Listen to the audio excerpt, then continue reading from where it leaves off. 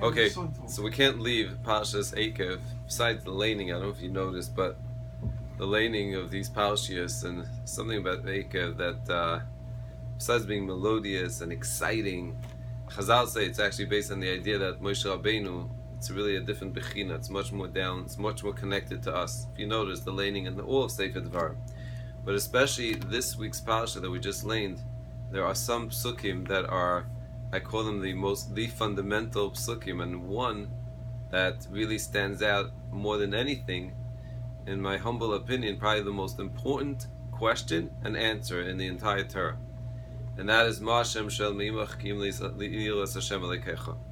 And I want to focus very much not on the beginning.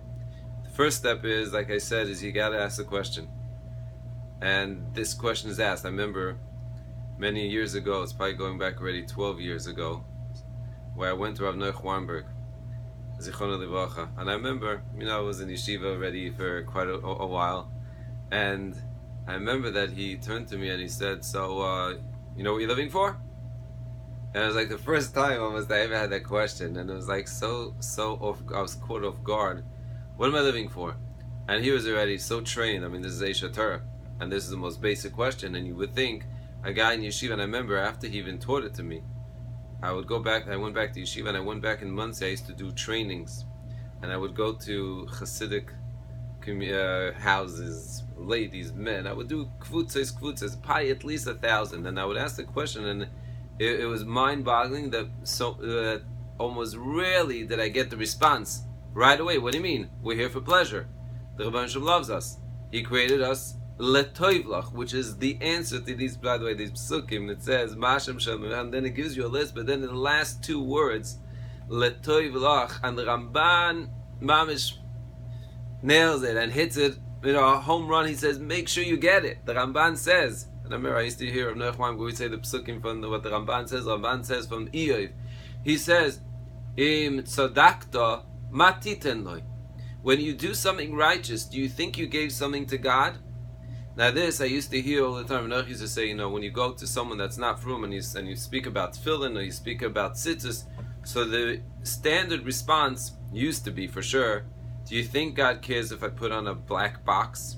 Today it's the same question is asked by someone who is from or going off the derech, and the big question is, do you think God cares if I put on a light?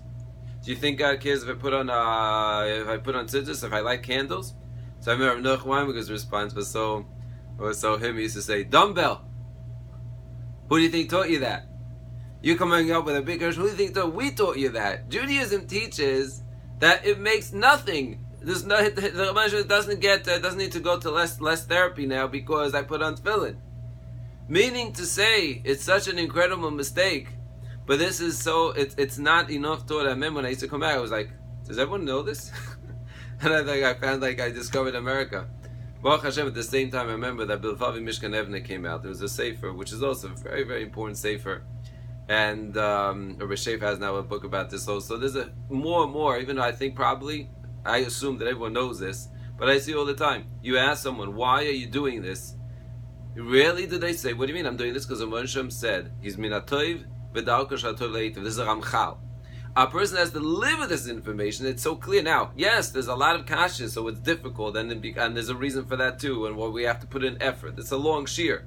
But the basic litoy v'lach is something so fundamental, and it's something that ingrained in every one of us is to respond to anything God cares. But yes, God only cares. You know why?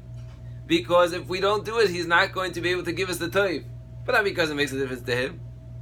So this is something that we can't leave this week's parasha and keep in our minds. The Rebbeinu Shem letoivlach. He wants us to put it on tefillin, not because it's going to do Him a favor. Even though in essence it will do Him a favor, but the favor will be that the Rebbeinu Shem wants. In fact, that's what the Chaim Volozhin says, is that the nachas ruach that the Rebbeinu Shem gets is that you do something, you know why? So now I could reward you. That's a loving father. A loving father wants his child to put in effort, work for it, but the biggest nachas is because he wants to give him a reward. That's the toivlach.